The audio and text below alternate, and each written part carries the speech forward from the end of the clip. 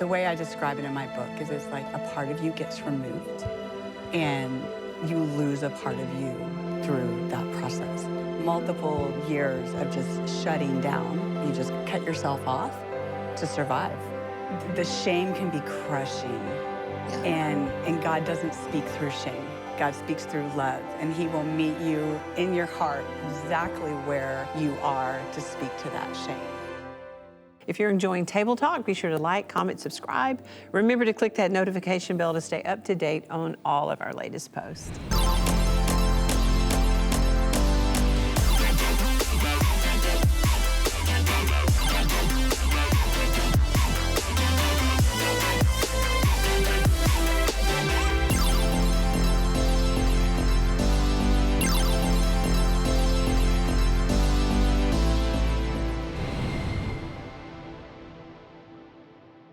Well, have you ever gone through something so traumatic that you felt you could never truly move on? Well, today's guests join us to share why there's no pain too deep for God to heal and how he really can make your most difficult situations work out for your good. I know that's hard for you to believe, but it's true. But before we get to that, joining me around the table is April Simons. Is that true about God? That is so true, and I love how you give hope to people. Yeah. It's great. Everybody Well, you're the needs hope giver. I try. That's why I have you on try. the table. Yeah. Dorothy Newton, how are you? I am doing great. Bright, hot pink, folks. If you're wondering what color. That's me. You look so beautiful. Thank you. And my dear friend Kelly Lynch has a new last name. Whiting. Whiting, welcome. Thank you. Susie Murdoch, how are you? I'm doing good, thank you. You know, I think when you talk about trauma, I don't think sometimes we really understand what happens in the brain of people that go through trauma. Yeah. But bringing hope today that God is bigger than anything that can go on in our brain that changes how we act. Yeah, for sure. I know there are some of you watching that you have been through.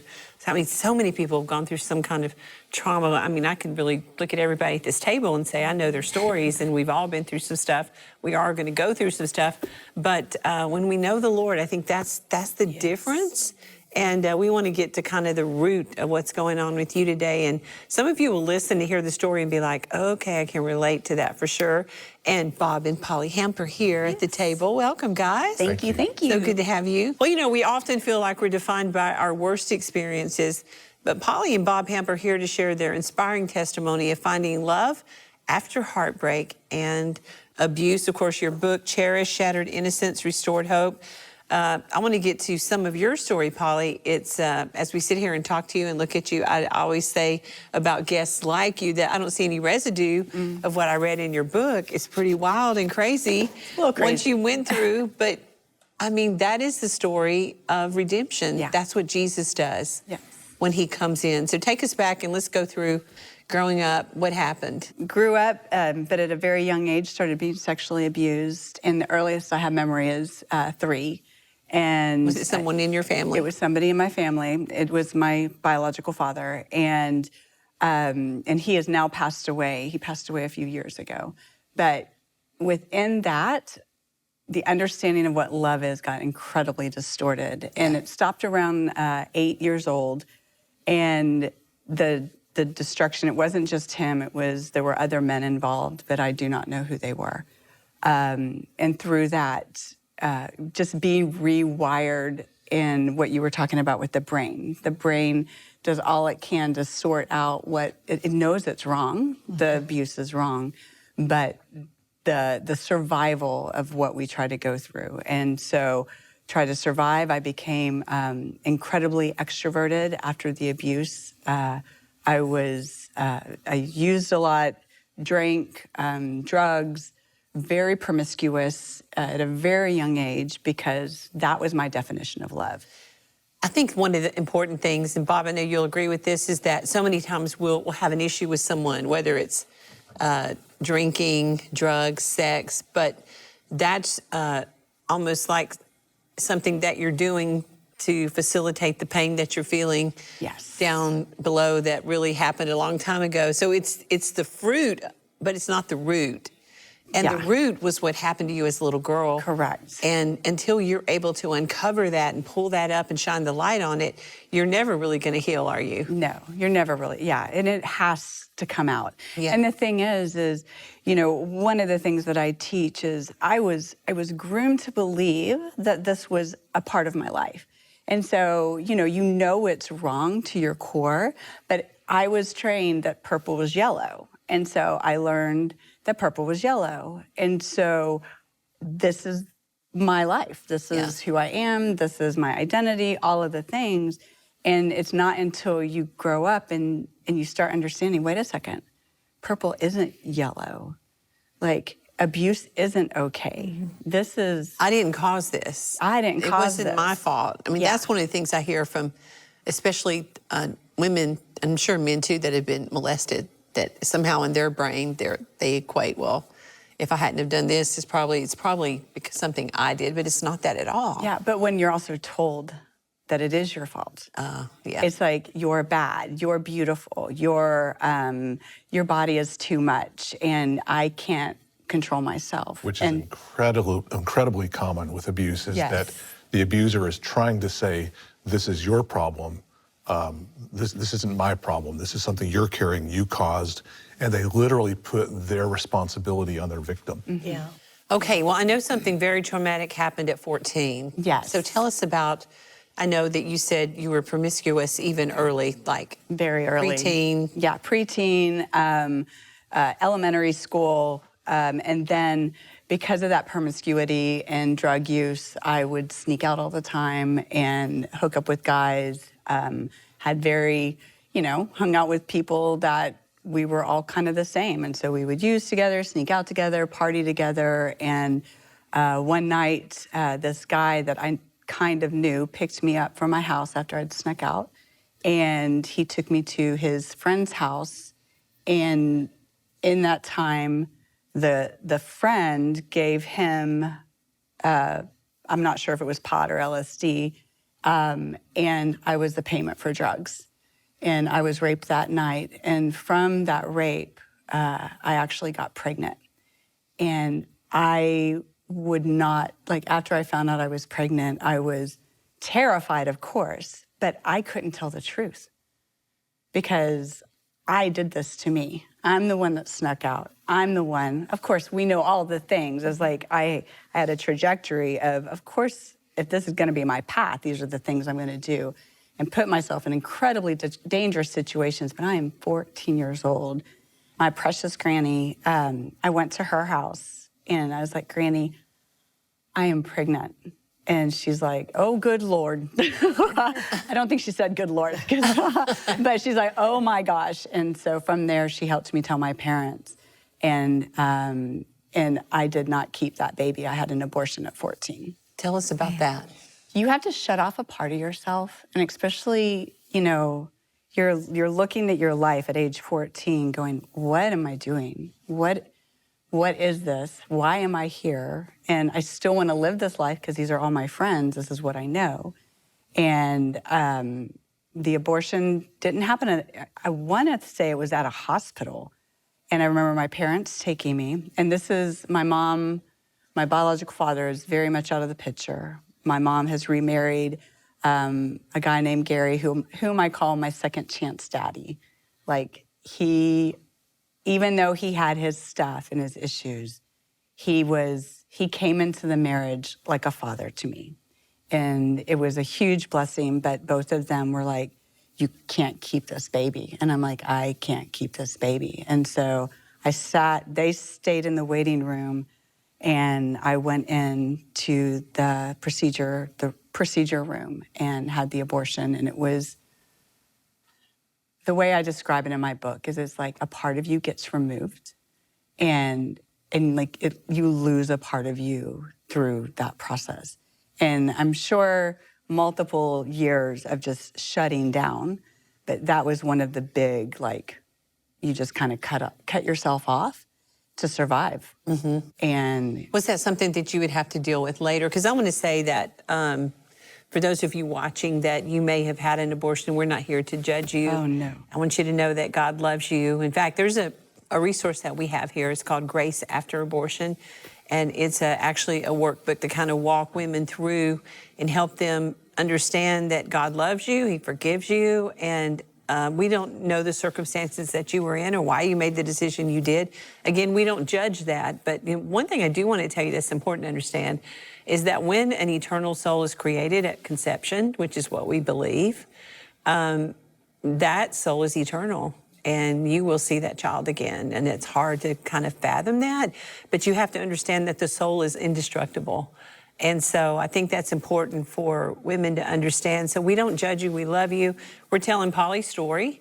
And it was something later you would have to deal with. What about the fact that you know that that soul continues on? I love that. I don't think I've ever heard that described that way. Yeah. And that is, I know, like, I believe God gave me a vision that it was a little boy.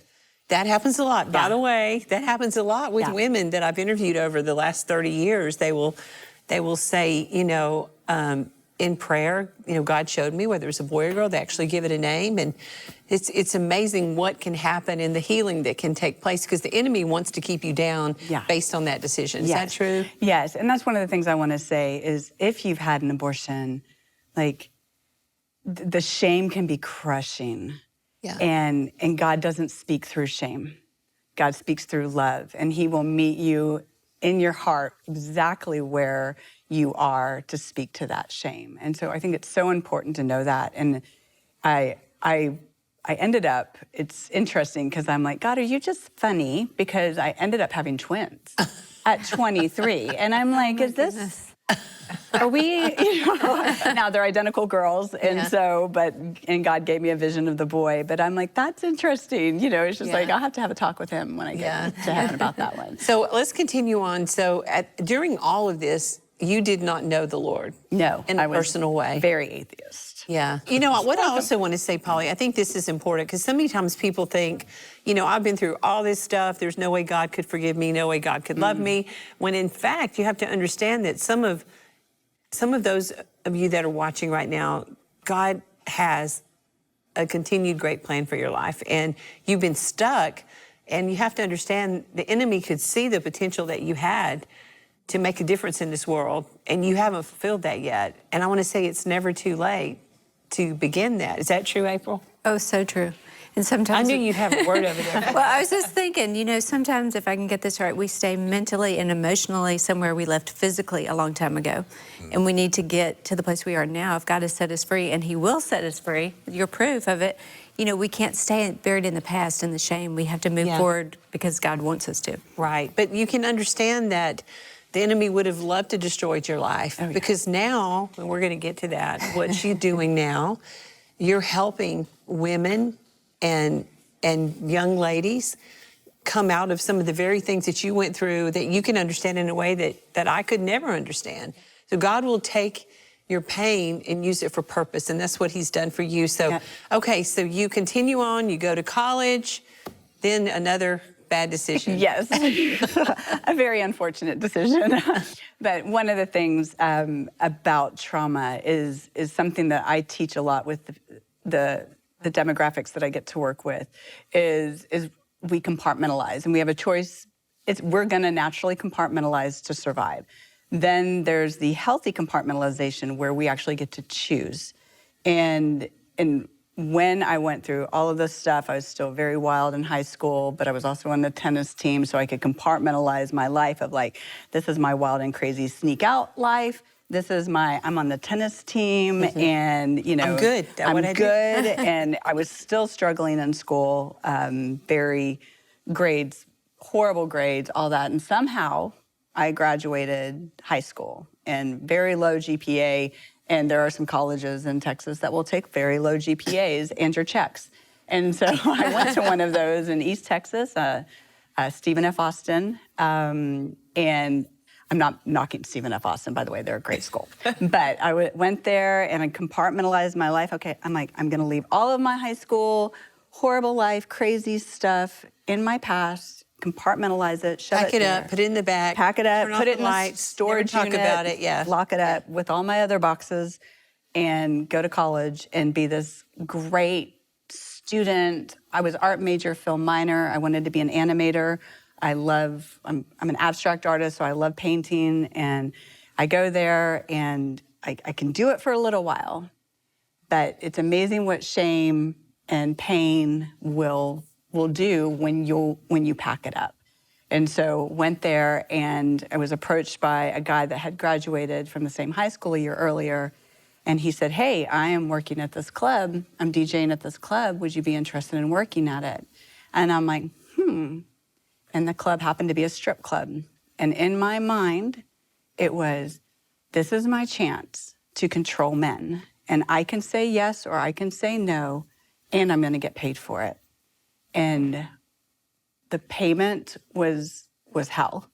Like there is the industry, the sex industry is all about shredding souls. And I was in that for about 2 years. Say what you said yesterday about the life expectancy. Oh, in the industry, the life expectancy of somebody who's either in porn, stripping, being prostituted, because they're not prostitutes, they're being prostituted. It's a very clear distinction. It's not their identity. It's not their identity. They're being exploited, is 7 years. And they either die from suicide, they die from drug overdose, they just die. How many years were you in it before you actually came out? 2 years. And you wanted to die after 2 years. I wanted to die after 2 years. However, there are ways that I look at it in a different light, as I was in it my whole life. Mm-hmm.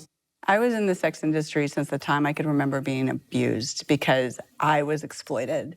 Yeah. And so from 3 to, 18, 19, 20 years old, I was in it, but I chose to step into the strip club. But the grooming that had happened through the whole process. Right. So you kind of, she talks a lot about even that first time that she went in the strip club, went out on the stage, talk about it was empowering for a moment. Yes. But after the 2 years, you kind of hit rock bottom. Yeah. And you decided you might what? Kill myself. Yeah. I had a gun in my lap and I was done. It was I didn't have friends. I was depressed. I was exploiting myself. And and then all the depression from the abuse, it was, I want to be done. I can't do this anymore. So tell us about why you didn't pull the trigger that day. I was sitting in that parking lot with the gun in my hand, or gun in my lap, going, I am going to kill myself. And this small voice, now I know it was God, I didn't know then, was not now, not now. And I called my counselor, who I had been working with at school, and she checked me into a home, and I was there for several weeks and had lots of healing. Again, no God, just still separate from that.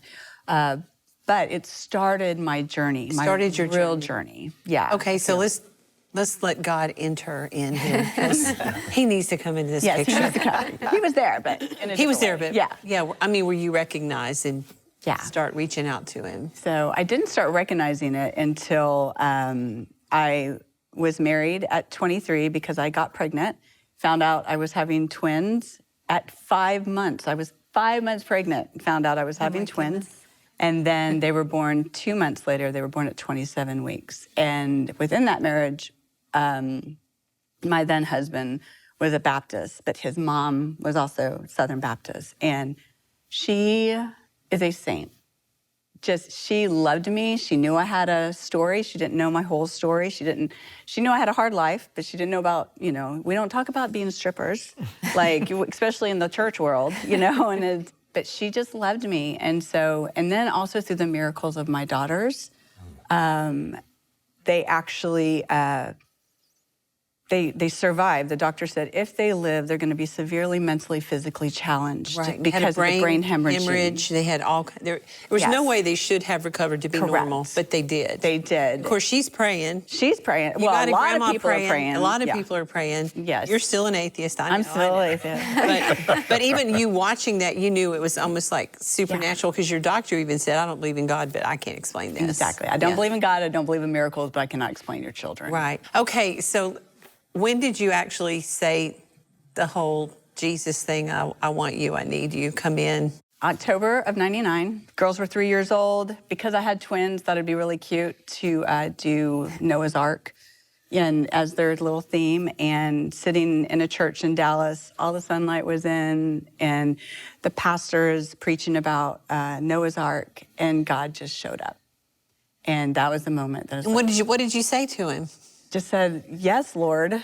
I didn't say That's a all you have to magical do. prayer. I mean, you just say, Yeah. yes, Lord. That's what my Yeah. grandpa did. He just said, God, if you're there. Yeah. That was the moment you said yes. Yes. That was your surrender moment. Yeah. Now, it was the process to get to where she is today. Yes. Of course, you would end up becoming life coach, counselor, and helping women out of this industry, et cetera. There's a lot more to the story. Yes. So, Bob, as you listen to all of this in Polly's story, you probably had no idea that she would come into your life at some point, right? As you, Absolutely. And you're thinking- Obviously, there's some point I didn't know that, yeah. But tell us about when she did and what you guys are doing right now. Well, we had met years and years ago because we run in the same circles, but we didn't know that 5 years or just a couple years after that, that we would meet in very different circumstances because we'd both gone through some pretty devastating things. And when we met at that point, having gone through some hard things and discovering that, I'd also gone through divorce, we began the journey of kind of getting to know each other in a different way. And when we met the first time, we had both been married to somebody else, and so it's kind of like anyone that you meet, you just meet somebody, don't think anything of it except like meeting anyone else. Right. And so when the time came that we met and saw each other again and kind of realized we were both not married, there's kind of this little voice that goes, "Oh, really?" And but really, it just started as conversation. And recognizing that, I think we also had both recognized that we're still kind of running in the same circles, but even more so in that we're both kind of running in the circles of helping people find healing. Yeah. And really looking for, so is that something we would ever do together? Even thinking about like, things that weren't necessarily relationship things. It was still like, well, you do what I do what you do. But that really opened the door to the pursuit of the relationship. And so once we really stepped into kind of pursuing each other more on a personal basis, the conversation was also, so what does it look like to do what we do together? What does it look like to do that? And some of that is, what does it look like to do what we do together?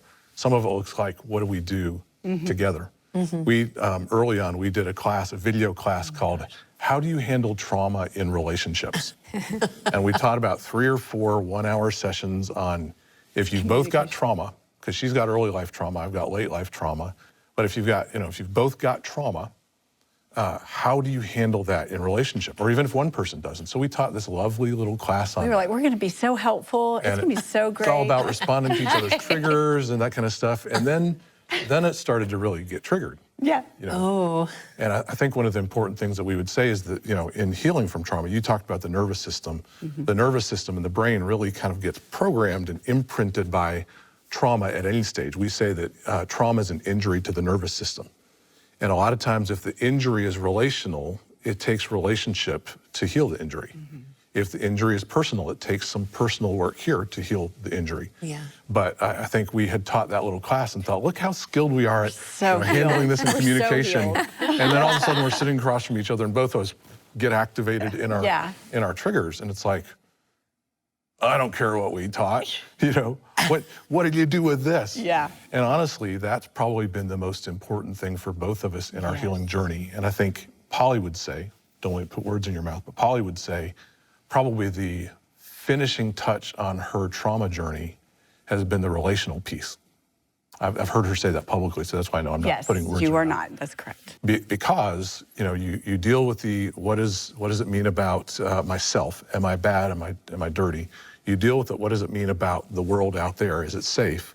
But at some point, you deal with what does it mean about relationship and intimacy and connection and sexuality? There's only one context that's appropriate. Yeah. And in that context, then you start to explore kind of those deeper places where trauma took place. That's really like God gets access to people in those places of intimacy.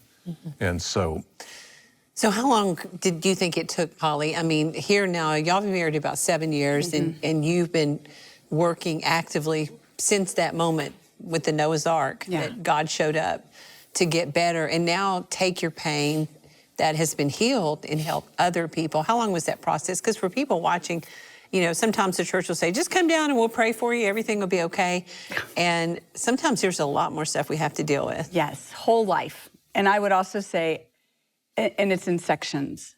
You know, you think you arrive and it's like, oh yeah, I'm doing great. And then, you know, some stuff happens and your brainstem gets triggered, or you have a memory and it's like, okay, I'm going to go back in and start doing some more counseling on that. And it's, you know, how they use the analogy of an onion and all the layers. And it's very much that. And I think it's really sweet of the Lord who says, I'm going to give you what you can handle right now. Yeah. I'm not going to give you something that will shred you. And it doesn't mean you won't feel shredded and you won't feel the pain, but I am there with you. You are not alone. That's good. So it has really been, up until the last 3 years, kind of this slow process with big kind of chunks along the way of like really working hard on this, really working hard on this. And then it became very much we were working on our relationship, because also, what is my belief of men and the world around? And even though I know he's a good guy, he's still male. Yeah. And so the internal belief systems of like, okay, I get to heal my nervous system. I get to heal my thoughts and the lies, and God gets to come in and speak to me and show me all of the things. And then relationally, we get to have these conversations. And it was probably up until about 3 years ago where he did a lot of work on his own. I've done a lot of work on my own. We've done work together. Yeah. Well, and you're a miracle as you sit here. I hear your story. You think about all the trauma. I don't think any of us have been through what Polly talks about today. Maybe you're there today. I mean, maybe you just, you know, you're kind of searching, you're looking and wondering, and that's a very traumatic story. But, you know, if God can do that for Polly, just think about what he can do for you. We are out of time. Again, no matter what kind of pain you're carrying today, I want you to remember that you can give all of that to Jesus. Sounds so cliche, and yet it's so true. The Bible talks about casting all of your care upon him because he cares for you. And I mentioned the story about my grandfather because, you know, he was a great influence in my life. And his mother died giving birth to him. His dad committed suicide, and he did not have a good life. And he certainly didn't go to church and anything about God. But at 19, he prayed that prayer. And he said, God, if you're there, I need you. And God showed up, changed the trajectory of our family, married my grandmother, had 7 kids. My dad was his only son. He had 6 girls and a boy. And wow, it's been an amazing change of that, of what God had for him and for his children, for his grandchildren. He wants to do that for you. And the healing that you need today, it's available. And all you need to do is ask. If you're watching today and you haven't invited Jesus in, that's the most important call that you can make, is just invite him in, say, Jesus, I need you. And I always say, you tried everything else, why not try this? Open up your heart, allow him to do something that only he can do. We'd love to pray with you. We have a prayer line number on the screen. Prayer partners are standing by to pray with you. And it's our honor, it's our privilege to pray with you today. Well, I want to thank Bob and Polly again for joining us today. Be sure to pick up a copy of Polly's book. She goes into a lot more detail. It's called Cherished. For more, you can visit them online at tdacad.com. As always, be sure to follow us on all social media platforms. You can leave us a comment to let us know how Table Talk is touching your life. We love hearing from you. You want to be sure to subscribe to the Joni Table Talk podcast. It's available right now across all the top podcast apps. Thank you so much for watching. Thank you, Bob. Thank you, Polly. Thank you for sharing your heart and your life. Thank you, ladies. We love you. And I just pray you've been encouraged today, and just know that, hey, God's not through with you. He loves you. We'll see you next time. Bye-bye for today.